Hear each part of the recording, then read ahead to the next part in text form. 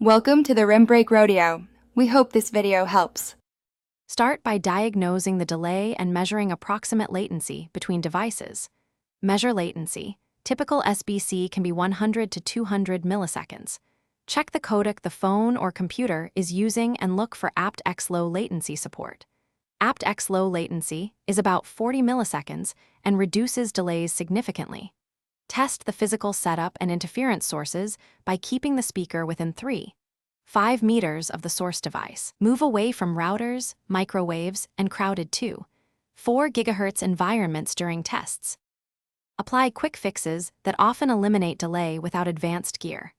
Update firmware and drivers for both speaker and source device before further troubleshooting.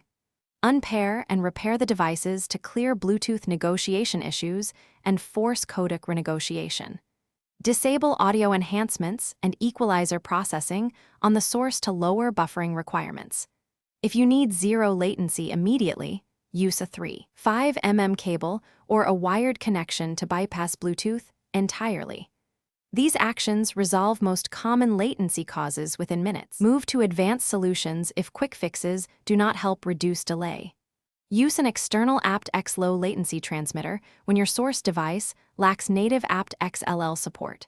Choose a transmitter that plugs into USB or the 3-5 mm output and pairs exclusively with the speaker.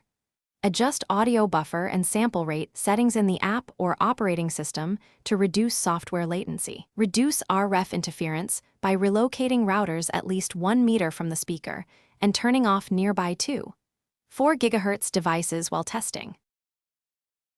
Thanks for watching. Consider subscribing if we helped you.